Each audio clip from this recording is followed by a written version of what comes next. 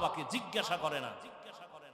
মূর্খ মা বাবা এই জন্য বলে, দূর মা বাপ মূর্খ। আর ঘরে যেয়ে কথা কয় শুদ্ধ ভাষায়, আম্মুজান খেয়েছেন? বেয়াদব! মা বাবার সাথে কথা কিভাবে বলতে হবে ইসলাম শিখিয়েছে, আর কোন বিদ্যা শিখায় না।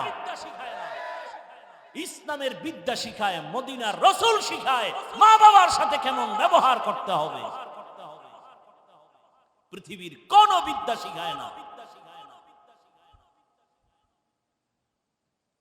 কি শিখায় ইসলাম? বলে মা যেই ভাষা বুঝে গ্রামে ওই ভাষায় কথা কবি, এর নাম আদব। শুদ্ধ করে কবি মা বুঝে না, এটা বেয়াদবি। খেয়েছেন? তোর মায় জানে মা খাইছেননি, এটা জানে মায়ের ভাষা গ্রামের।